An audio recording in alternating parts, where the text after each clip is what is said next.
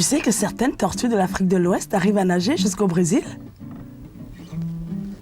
Bon, d'accord, tu t'en fous.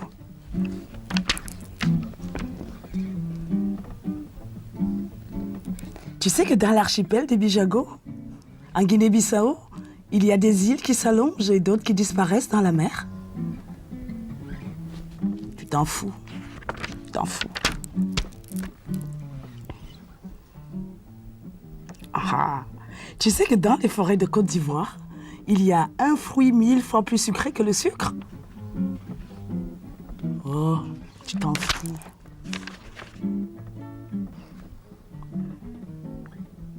Tu sais? Oh, et puis tu sais rien du tout. Tout ce qui t'intéresse, toi, c'est ta musique. C'est faux. Il y a une chose que je sais que tu ne sais pas. Alors dis-le, c'est quoi? C'est un secret. C'est un secret. Je sens que tu vas m'énerver. Allez, dis-le. Je sais que... Tu m'agaces. Allez, dis-le. Je sais que ce soir, il y a le magazine Environnement à la... Ah, voilà, et tu le disais pas.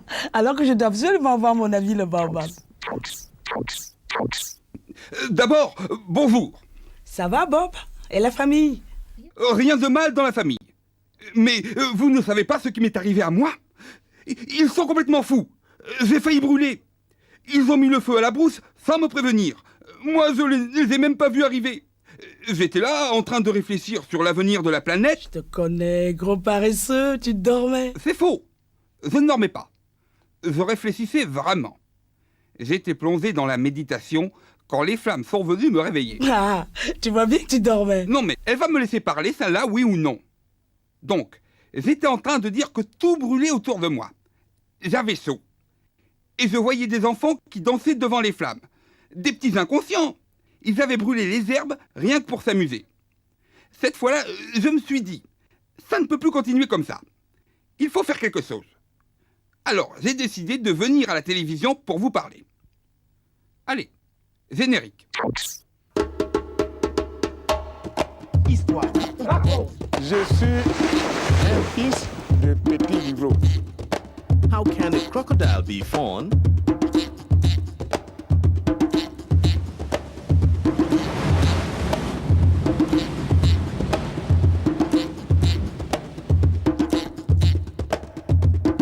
Tu verras un baobab gris. Vas-y, Bob, on t'écoute religieusement. Non, non, non, non. Ce n'est pas moi qui vais vous parler. Si c'est moi qui parle, ça ne sert à rien. J'ai déjà remarqué ça. J'ai bien vu que vous ne me preniez pas du tout au sérieux. Pas la peine de me raconter des histoires. Je sais bien comment vous êtes, une bande d'effrontés. Tout ce que je fais rentrer dans vos oreilles, ça ressort par votre bouche sous forme de mauvaises blagues contre moi. Donc, j'ai trouvé la solution. Je laisse tomber vos oreilles et je vais essayer vos yeux. Des images. Je vous envoie rien que des images. Et là, vous allez finir par comprendre. Je ne vais même plus prononcer un seul mot. Vous n'aurez qu'à regarder les images. Cette émission sera donc consacrée principalement au feu de brousse. Départ immédiat pour le Ghana où ça s'offre terriblement.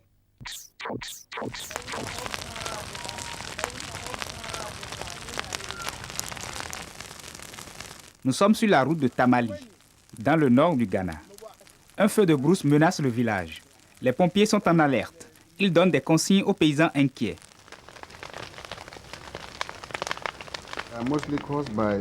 La plupart des feux de brousse sont allumés par l'homme. Ici, les enfants chassent les rats. Ils mettent le feu pour les faire sortir de leurs trous.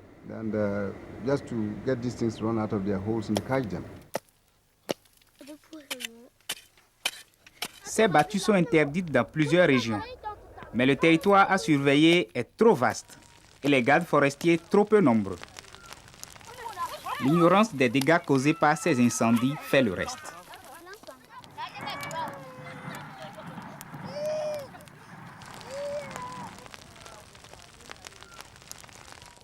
Pour les paysans, la technique de la terre brûlée permet de désherber les champs rapidement et à peu de frais, en prévision des semailles. Youssouf Moumouni est persuadé que cette méthode permet de meilleures récoltes. Ce ne sont pas les paysans qui allument les feux de brousse. Nous contrôlons les feux que nous allumons. Ce sont plutôt les chasseurs qui sont responsables. Ils empiètent sur nos champs et mettent le feu pour traquer leur gibier.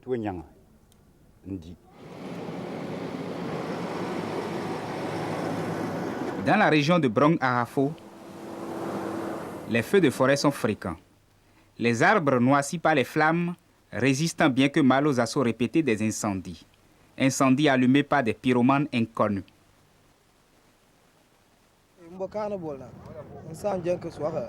C'est terrible. Je me suis absenté de la région quelques jours et à mon retour, j'ai vu tous ces arbres en train de brûler. Je ne sais pas qui a commis une chose pareille. Ça se répète tout le temps. Je me demande si les arbres vont avoir un jour le temps de repousser.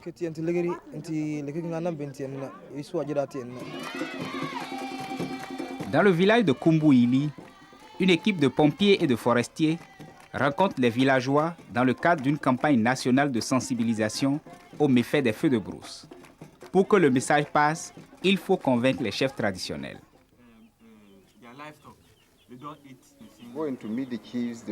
Nous allons d'abord rencontrer les chefs. Ils sont influents et nous devons avoir leur accord avant de lancer nos actions de sensibilisation. Ces chefs devraient même avoir plus de pouvoir. Ils pourraient alors s'occuper eux-mêmes des gens qui brûlent la végétation.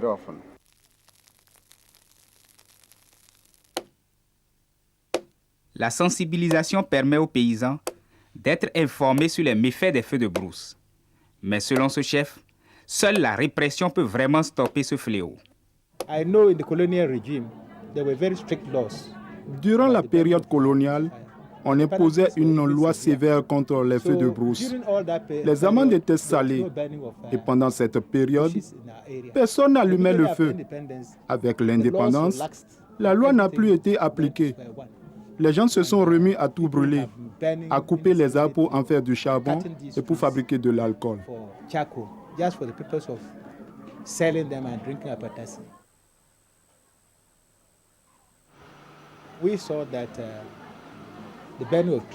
Nous avons constaté la dévastation qu'entraîne la fabrication du charbon et les feux de brousse. Le conseil coutumier et la mairie ont décidé d'interdire tout ça. La fabrication du charbon de bois, destiné à la population des villes, est l'une des principales causes des feux de brousse. Cependant, la forte demande en charbon et en bois de chauffage aura rapidement raison de cette interdiction. Le service national des incendies entraîne un groupe de pompiers volontaires dans l'est du pays.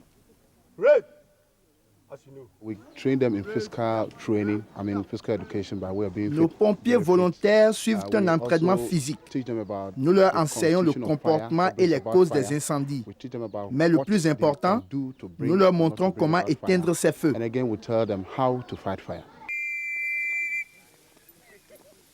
Le manque de moyens et d'équipements adéquats vient toutefois refroidir l'ardeur des volontaires. L'apathie des autorités ghanéennes dans la lutte contre les feux de brousse est en train de ruiner l'initiative.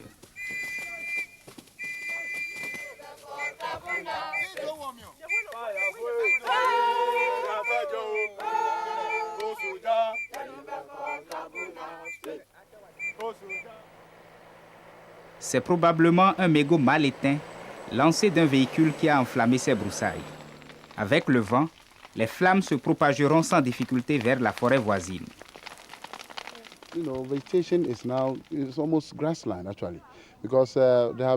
Toute la végétation a été détruite par une série de feux. La verdure a fait place à la savane. Il faut maintenant protéger le peu qu'il nous reste. Les feux laissés sans surveillance et les tisons produits lors de la fabrication du vin de palme causent parfois des feux de brousse. Les apiculteurs et les distillateurs qui fabriquent le gin local, la pétessi, utilisent aussi le feu. Tété Abraham gère une petite distillerie.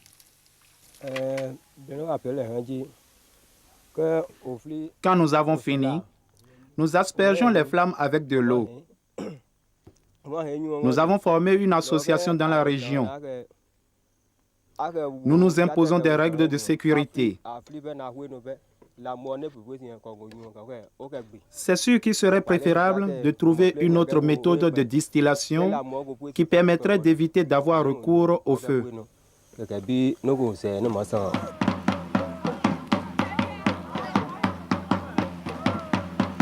À Tamale, capitale régionale, le fétiche des feux de brousse doit être périodiquement apaisé. Les adeptes sont convaincus que les dieux vont les punir s'ils ne sacrifient pas certaines forêts par le feu.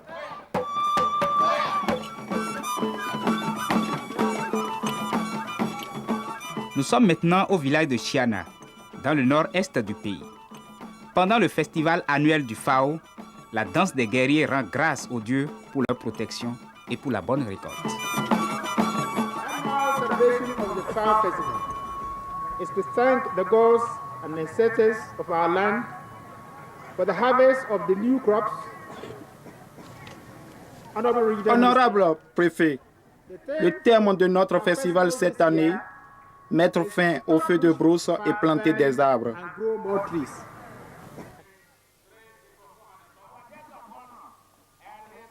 Bushfires, as we are all aware.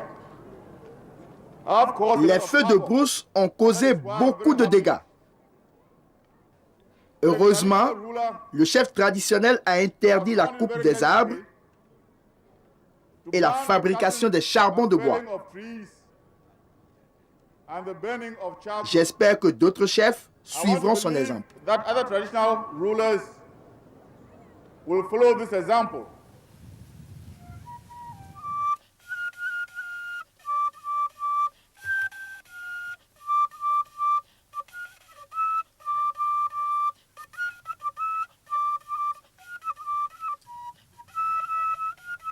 Dans le Sahel, les zones de pâturage se font rares durant la saison sèche. Ces éleveurs brûlent de larges étendues de terre dans l'espoir de nourrir le bétail avec l'herbe fraîche qui aura repoussé.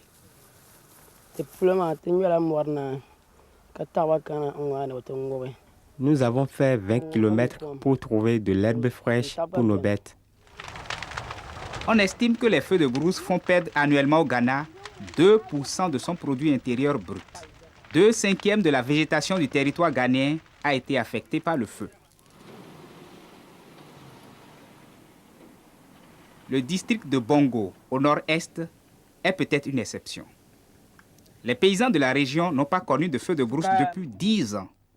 Ce vieux paysan sourd énumère avec joie les fruits de sa récolte.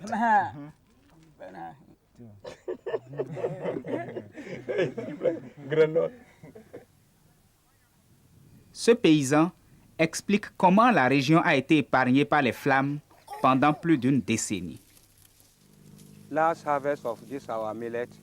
Après la récolte du mil, nous entreposons les tiges en prévision de la saison des pluies. Quand il pleut, il n'y a pas assez de bois de chauffage. Alors nous utilisons les tiges de mil pour faire la cuisine.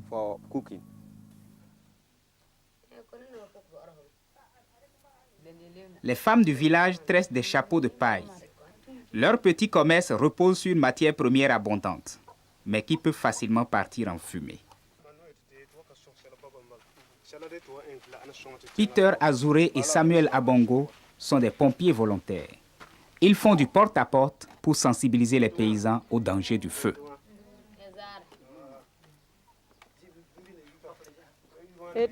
Notre travail en tant que volontaire, c'est de faire des tournées pour éduquer les gens.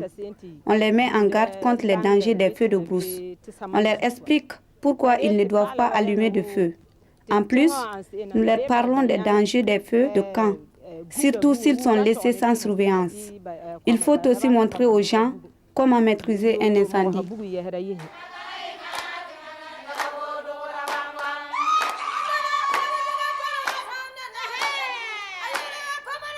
Les habitants de Balongo ont été récompensés dans leur lutte contre les feux de brousse. Leur village a remporté un prix national pour sa campagne contre les incendies.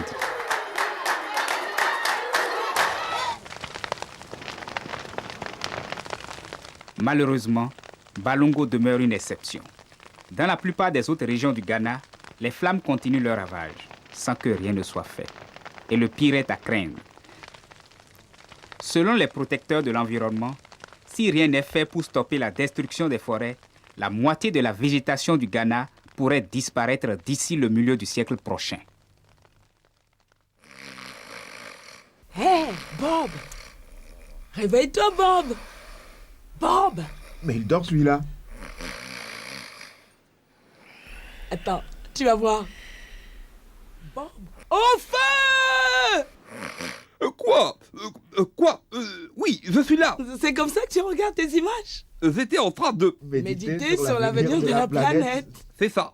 Moquez-vous d'un pauvre baobab. Vous êtes vraiment sans pitié. Allez, Bob, ne te fâche pas. On ne doit plus se moquer de toi. Maintenant, on t'écoute sagement. On a vu tes images, mais on aimerait bien que tu recommences à nous parler. Moralise-nous un peu. On ne va plus t'interrompre, c'est promis. Je connais vos combines, pas question. Vous n'aurez plus une seule parole de moi. Et si vous êtes encore capable de vous servir de vos oreilles, je vous envoie des gens qui savent utiliser leur langue bien mieux que vous. Eh oui, Misenyayada. Eh oui, Misenyayada. Il y a de cela longtemps, très longtemps. En ce temps-là, le ciel était proche, très proche de la terre. Il était là, tout juste là, au-dessus de nos têtes. À portée de main, à portée de main. Et oui, Misenyayada.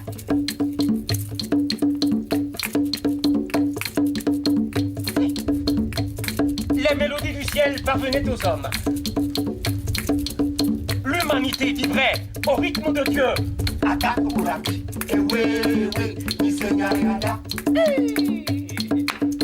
Dieu était en contact avec les hommes, à qui il donnait tout ce dont il avait besoin. C'était la joie de vivre, le bonheur sans fin. Les hommes ne connaissaient ni la faim, ni la soif, ni la fatigue, ni la maladie, ni la mort. Ils vivaient longtemps, très longtemps. Et pendant des siècles, ils étaient toujours vigoureux. Et oui, Misenyayada. En ce temps-là, la terre était couverte de végétation, riche, dense et variée.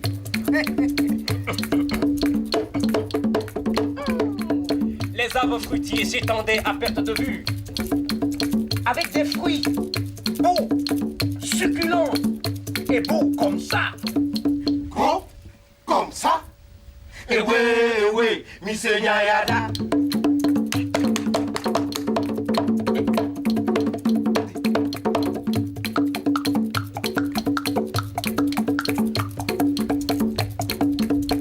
Les forêts débordaient d'arbres gigantesques aux contours légendaires, avec des feuilles larges, très larges, comme 3 fois l'oreille d'un éléphant. 3 fois l'oreille d'un éléphant. Et oui, Misenyayada. Avec ces feuilles, les hommes se soignaient. Avec ces feuilles, ils faisaient leurs vêtements. Avec ces feuilles, ils construisaient leurs cases. Avec ces feuilles, ils allaient puiser de l'eau, Marigot. Aussi, puiser de l'eau avec des feuilles d'arbre. Oui, Misenyayada. L'homme était heureux. Il était fier dans ce paradis où il dominait sur les eaux, les végétaux, les animaux. Il avait la nature à ses pieds. Il se prit alors pour le maître du monde. Alors il devint insatiable. Toutes les richesses ne lui suffisaient plus. Il voulait vivre d'autres réalités. Et il partit. Il partit comme ça un matin, à la recherche d'autres merveilles. Et il découvrit quelque chose d'extraordinaire. Devinez? Ah, j'étais là, moi. C'était le soleil. Le soleil. Le vent. Le vent. Non, la lumière. La lumière, oui. Vous êtes proche. Le soleil. Feu. Le feu. L'homme découvrit le feu. Avec le feu, il fit des choses admirables. Avec le feu, il dompta le fer. Avec le feu, il inventa des outils de travail. Des coupe-coupes. Des coupe-coupes. La roue. La roue. Des flèches. Des flèches. Des marteaux. Des marteaux. Ah, Des pelles. Des pièces de monnaie. Des pièces de monnaie. Cossi était là. Il aimait beaucoup travailler avec le feu. Un jour, il a travaillé pendant des heures. Et puis fatigué, il s'endormit auprès de son feu. Et le feu veillait sur lui, comme un ange gardien. Et tout à coup, devinez, arriva quelque chose. La sirène. La sirène, non. Le vent. Le vent. Cossi était toujours là. Arriva le vent. Le vent tomba sous le charme du feu. Il le prit dans sa main, voulut s'amuser avec elle, mais le feu s'échappa et pénétra dans la forêt qui s'enflamma. Vlam! Il était là.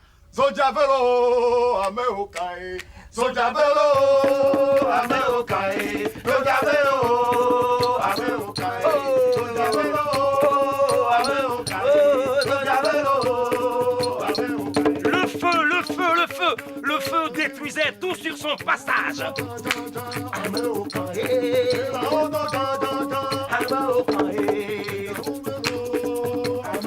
Les animaux mouraient. Les arbres tombaient.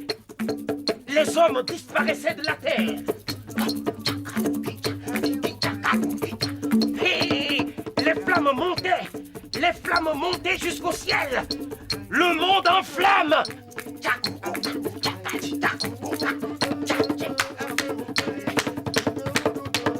Chaleur insoutenable. La terre se fendit. Le feu pénétra dans ses entrailles. Tous les minéraux s'enflammèrent. Flamme! Flamme! Alors, on vit sortir des profondeurs une boule de fumée noire. Une énorme boule de fumée noire qui montait vers le ciel comme un monstre géant. Alors, le ciel reculait. À mesure que la boule montait, le ciel reculait. Le ciel reculait pour s'installer là-bas. Là-bas, très loin de la terre. Ibo, ibo, ibolo. Ibo, ibo, ibolo. Ibo, ibo, ibo.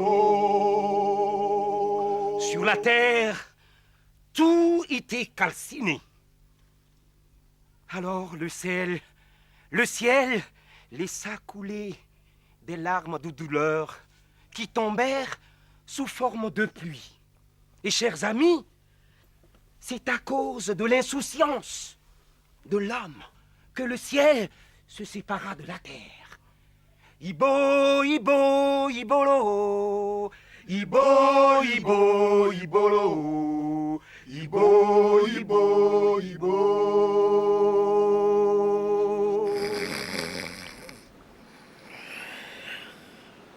Hé, Bob, mais c'est pas vrai.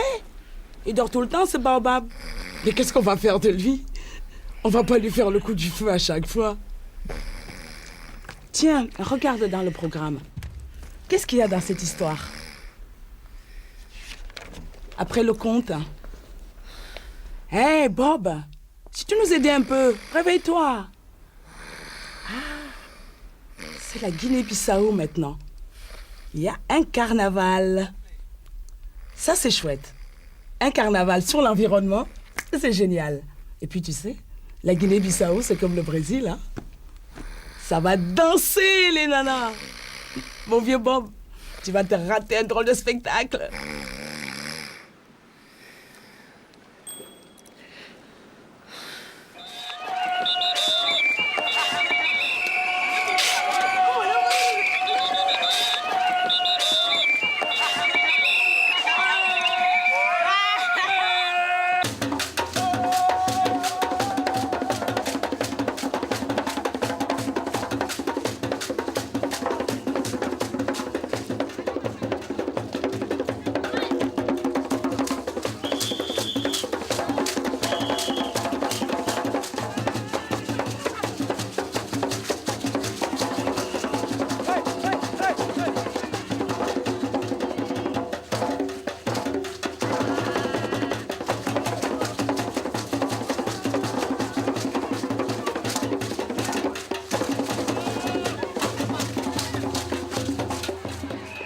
C'est l'un des plus petits pays du continent et c'est pourtant le plus grand carnaval d'Afrique. Pendant 3 jours fous, la foule se défoule. Un carnaval est une explosion de joie où tout paraît tellement spontané. On oublie que la bombe carnaval est une bombe à retardement.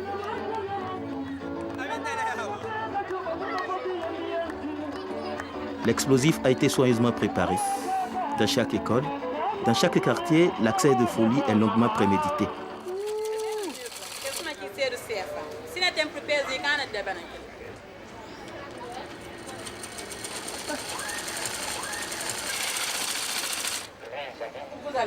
Todo mundo lembra tudo que é tudo 1.500. 1.000 francs. Ah, agora fica aí. Desconto é elástico, né? Je m'appelle Abdel. J'aime beaucoup le carnaval parce que c'est une fête qui est très animée. Tous les ans, c'est la fiesta en Guinée-Bissau. J'aime beaucoup ça parce que pendant le carnaval, je m'habille en Zoro. C'est pour ça que j'aime bien le carnaval.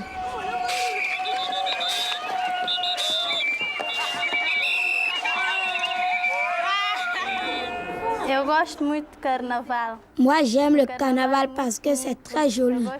J'aime aller dans les rues. On voit des garçons déguisés en filles avec plein de maquillage. On voit des masques très beaux. J'aime le carnaval, c'est très joyeux. Et puis, c'est très important pour les enfants. J'irai avec mes copines. Cette année, le carnaval s'est organisé autour du thème « Protégeons notre environnement ».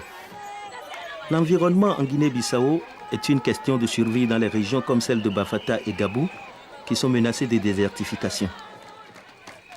Ailleurs, notamment dans les îles, c'est plutôt un idéal de vie. On y trouve des réserves naturelles parmi les plus riches et les mieux préservées du continent africain.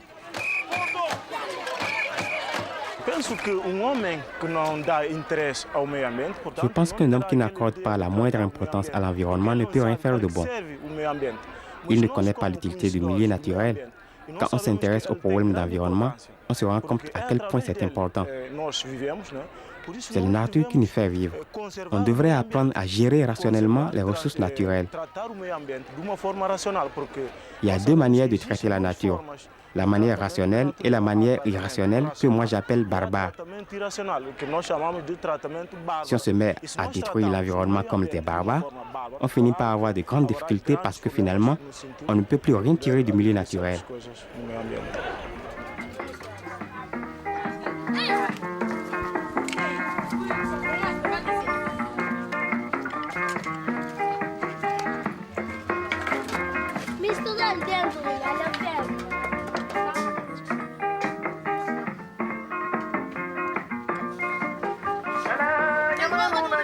Les préparatifs de la fête jouent un rôle important dans la sensibilisation des enfants.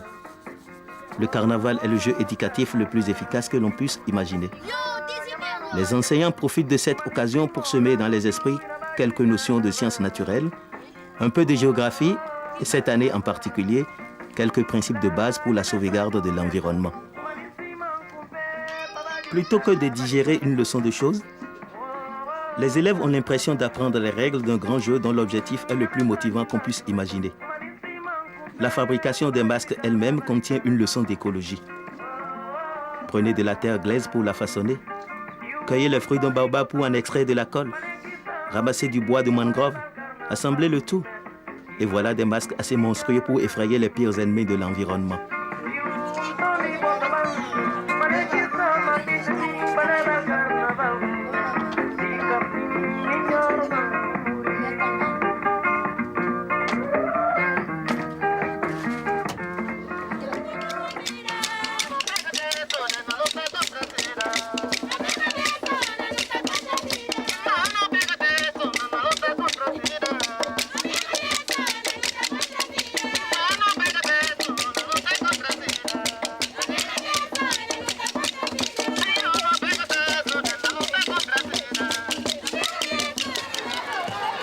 Carnaval 98, des groupes venus de toutes les régions de Guinée-Bissau ont participé à un grand concours de masques et de théâtre de rue.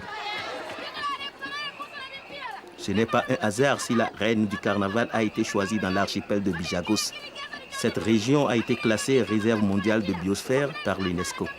Elle figure parmi les quelques derniers coins de paradis que compte la planète, un de ces endroits très rares où l'homme et la nature vivent en harmonie. D'un cortège à l'autre, on peut découvrir les multiples liens entre l'homme et son environnement. À Koufada, la vie des pêcheurs, c'est le lac et les poissons.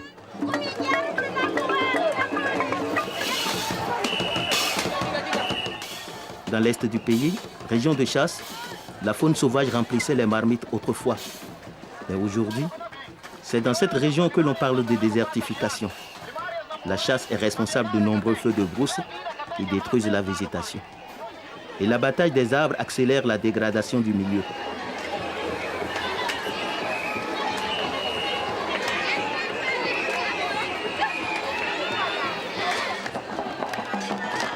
Le chimpanzé, qui appartient lui-même à une espèce menacée, trouve que ses cousins les êtres humains y sont allés un peu trop fort.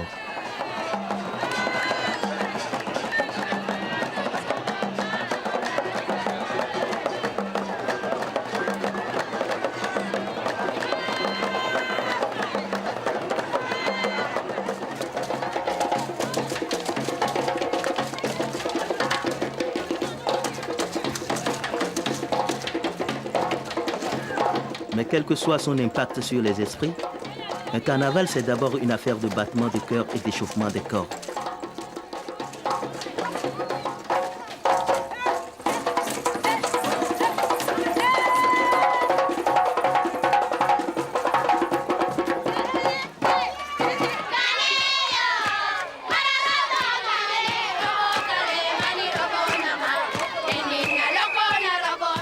Puisqu'il s'agit de célébrer la beauté de la nature et la préservation du monde vivant, quoi de plus naturel, quoi de plus vivant que la danse?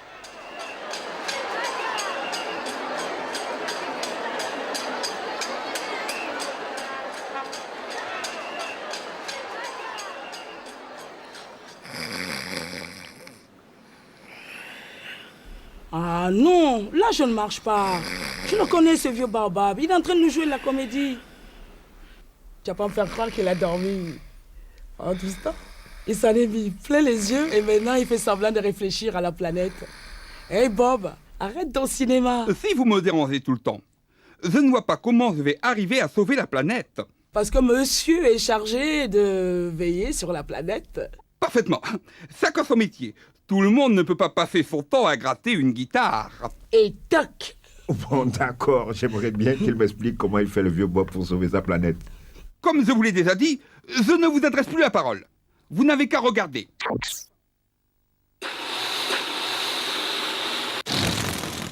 Chaque fois quand je me douche, le problème de la sécheresse est réglé. Le reboisement ne souffre d'aucun problème. Tous les arbres n'ont plus soif. Ils sont arrosés. Voilà. La désertification est sauvée. L'environnement, sauvé. Gardez. Si vous ne me croyez pas, regardez. Voilà. Comme le dit le professeur Mombi, il est possible de lutter contre la désertification en trafiquant un peu le système d'évacuation de sa douche. Chacune de ces douches irrigue une pépinière d'1,70 m de diamètre. Pour éviter que le savon ne contamine les plants, on filtre l'eau à l'aide de gravier et de charbon. Pour fabriquer la pépinière douche, il faut créer un bac étanche en ciment ou en argile de 30 cm de profondeur. Au centre, on façonne un cône en ciment ou en argile qui servira à répartir l'eau dans le bac. On empile ensuite une couche de gravier, une couche de charbon et finalement une couche de bonne terre arable. L'eau usée est amenée au centre du potager par un canal. Elle est répartie uniformément dans le bac grâce au cône central. L'eau de douche est filtrée par capillarité, c'est-à-dire qu'elle est attirée par la couche de terre, un peu comme un morceau de sucre boit le café. Le procédé demande peu d'investissement, mais au moins une journée de travail. Les matériaux se trouvent facilement. Certaines composantes peuvent être remplacées. À titre d'exemple, certaines pépinières douches sont construites avec de la latérite. Les pépinières douches peuvent servir à irriguer de jeunes pousses d'arbres ou encore des légumes. Chaque fois qu'on se lave dans l'une de ces douches, on a un peu l'impression de laver un bout de la planète en même temps.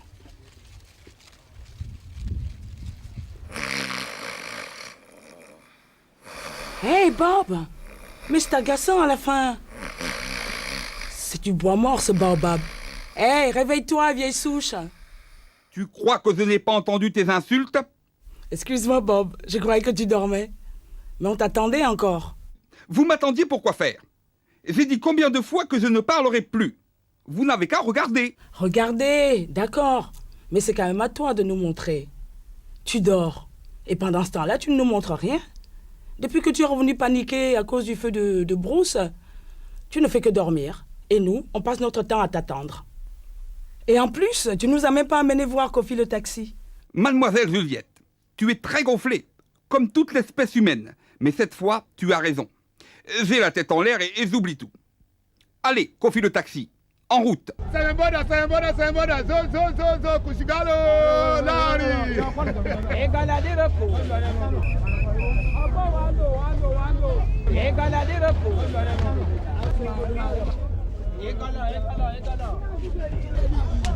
Kofi beaucoup, Kofi beaucoup, Kofi beaucoup, Kofi beaucoup.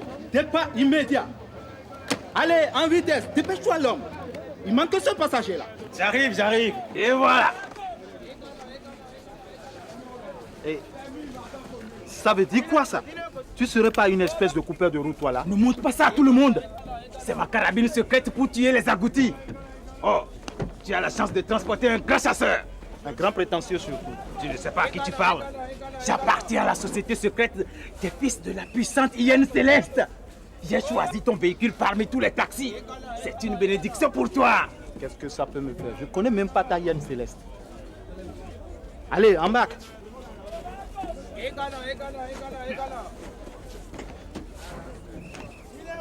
Justement, tu apprendras que nous avons de grands pouvoirs. À l'arrivée, je te laisserai un gris spécial. Une peau de crapaud trempée dans l'huile de palmiste. Elle contient 3 versets du Coran gravés dans du vrai kaolin de Tombouctou. Tombouctou, c'est pas mon problème. Personne ne voyage gratis dans mon véhicule. Tu paieras 500 francs comme tout le monde. Tu peux cacher ton crapaud et tes versets bidons. Si ton prophète voit ça, il va te rire au nez.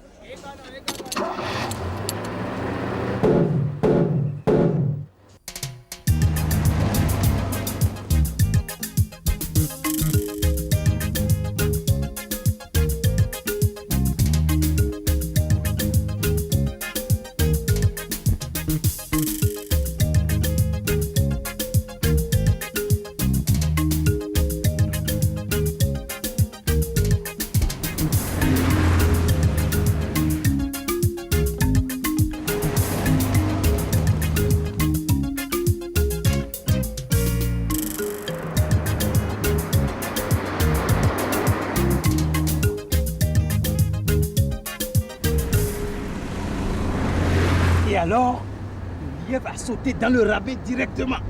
J'ai crié « Daouda, assomme-le » Mais cet imbécile de Daouda dormait comme un soulard. Et le lièvre a rebondi sur son ventre avant de t'étaler dans les herbes. J'étais tellement en colère que j'ai marché sur la queue d'un bois sans m'en apercevoir. Et alors j'ai crié « Daouda, con que tu es, plus jamais tu n'iras à la chasse !» Et cette fois, il s'est réveillé en sursaut et s'est mis à vociférer. J'ai cru qu'une abeille lui avait piqué le derrière. Mais aussitôt, j'ai vu un bataillon de fourmis qui entrait directement dans l'oreille droite de Daouda et qui ressortait par son nez. Ça lui faisait comme une moustache toute frémissante. Alors j'ai dit, Daouda, stupide animal, plus jamais tu n'iras chasser. Tu as vraiment de la patate douce à la place du cerveau. Nom de Dieu. Eh ben non, en fait, ce n'est pas vraiment la patate douce, mais c'est une façon de parler. Mais quoi? On s'arrête?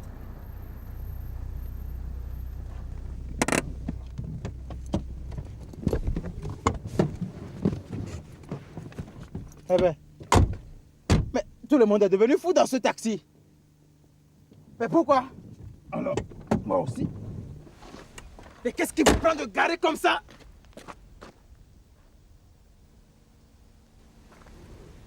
Petit, réveille-toi. Au secours, ma biche. C'est sûrement le feu de brousse qui lui a empoisonné la tête. Mais petit, qu'est-ce que tu fais là? Qui t'a fait tomber? Tout a brûlé. J'ai peur. Cet enfant a perdu la mémoire. Peut-être qu'il a eu un accident. C'est sûrement une espèce d'envoûtement. Ça me rappelle le jour où Daouda et moi... Oui, ça finit avec l'histoire de Daouda. Plus de Daouda, terminé. C'est compris? Calme-toi, taximan. Calme-toi. Il faut faire quelque chose pour cet enfant. Je connais un homme qui peut nous aider. Il s'appelle Baba Oulou. Paraît que cela signifie papa chien dans sa langue. En tout cas, c'est un grand guérisseur. Alors allons-y donc.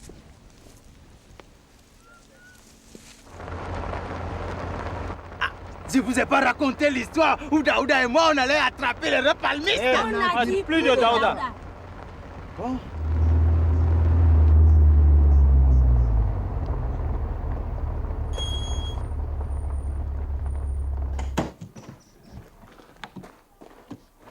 Attendez-moi ici, je vais le chercher.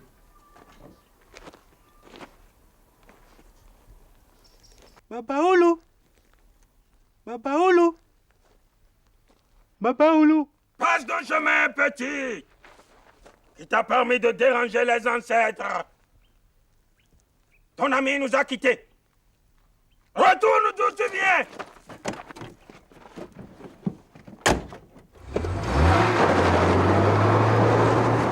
Il faut respecter les choses sacrées. Et la sieste, c'est sacré. Mais je vous assure, c'était un très bon guérisseur. Hé, taximan, il va de plus en plus mal. Qu'est-ce qu'on fait maintenant? Oh merde! S'il y avait autant de médecins que de flics dans ce pays, il y a longtemps que ce gamin serait sauvé.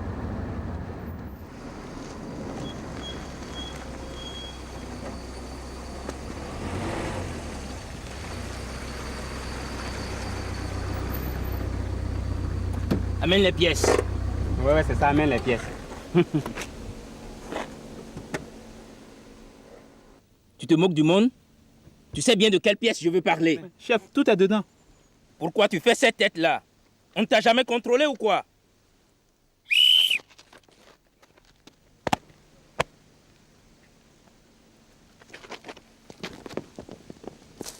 Oh papa, je ne savais pas que vous étiez policier. Je suis ce que je veux, mon fils. Regarde.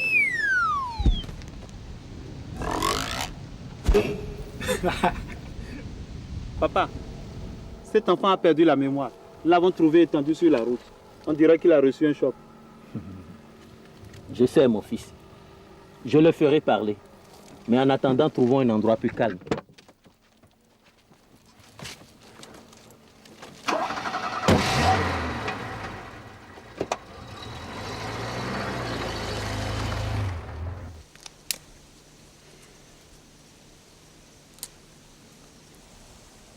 Rappelle-toi, petit.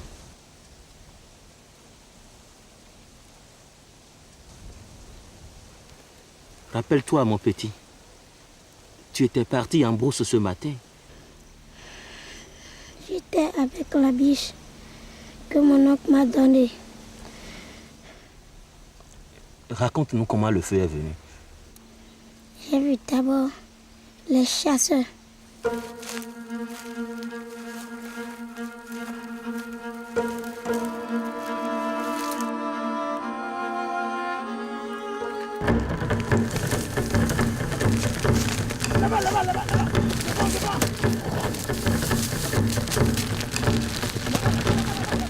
Les chasseurs, ils avaient un fusil et des bâtons. Moi j'avais peur et j'ai tenu ma biche très fort.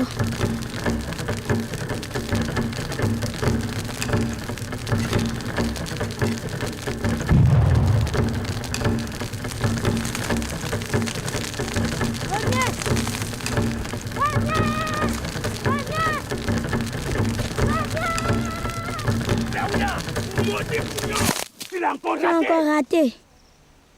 Daouda? Oui. Tu es sûr d'avoir entendu Daouda? Oui. Attrapez-moi, ça ne s'arrive pas.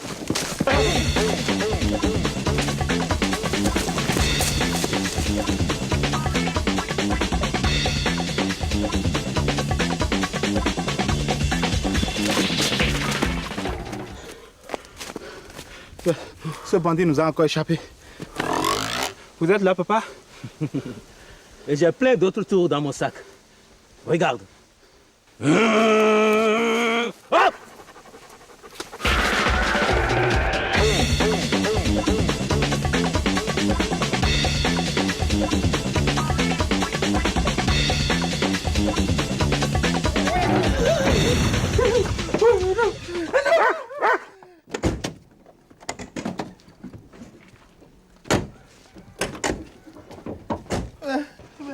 Mais qu'est-ce que vous faites?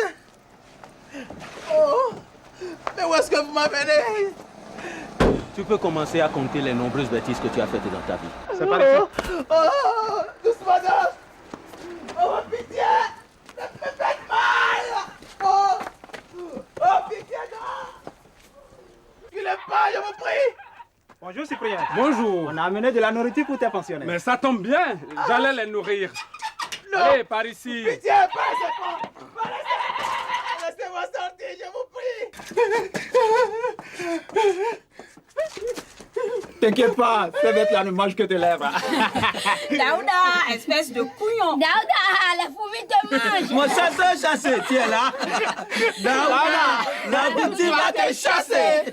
Toute sa vie, je parie qu'il n'a jamais vu autant de gibier. Pourtant, des imbéciles comme lui sont prêts à brûler tout le pays pour assommer une seule bête comme celle-là. C'est justement ça qui m'a décidé à faire cet élevage. C'est ça. Quand je vois tout le gâchis que font ces brûleurs de brousse pour tuer seulement 2 ou 3 abrutis. C'est ça. Ici, j'en élève 200. Je les attrape comme je veux.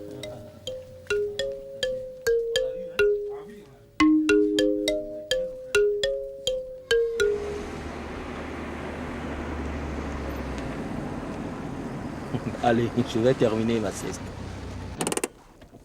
Papa, il y a quelque chose que je ne comprends pas. Quoi, mon fils? Parle vite. J'ai des amis qui m'attendent. Tout à l'heure, je suis venu vous chercher ici même. J'ai entendu vos amis. Ils m'ont dit que vous aviez disparu. J'ai même cru que vous étiez mort. Je ne suis pas un fantôme, mon fils. J'étais simplement parti en congé de détente. J'avais peur de ne jamais vous revoir, papa. Non, aie confiance, mon fils. Écoute ça. Parfois, les scélérats se croient sauvés parce qu'ils ne voient aucune punition s'abattre sur eux. Mais cela veut dire que la colère de Dieu a pris son temps. Qu'elle est allée loin dans la forêt pour chercher un bâton plus gros que celui qu'elle utilise d'habitude. Dieu te bénisse, mon fils. Merci, papa.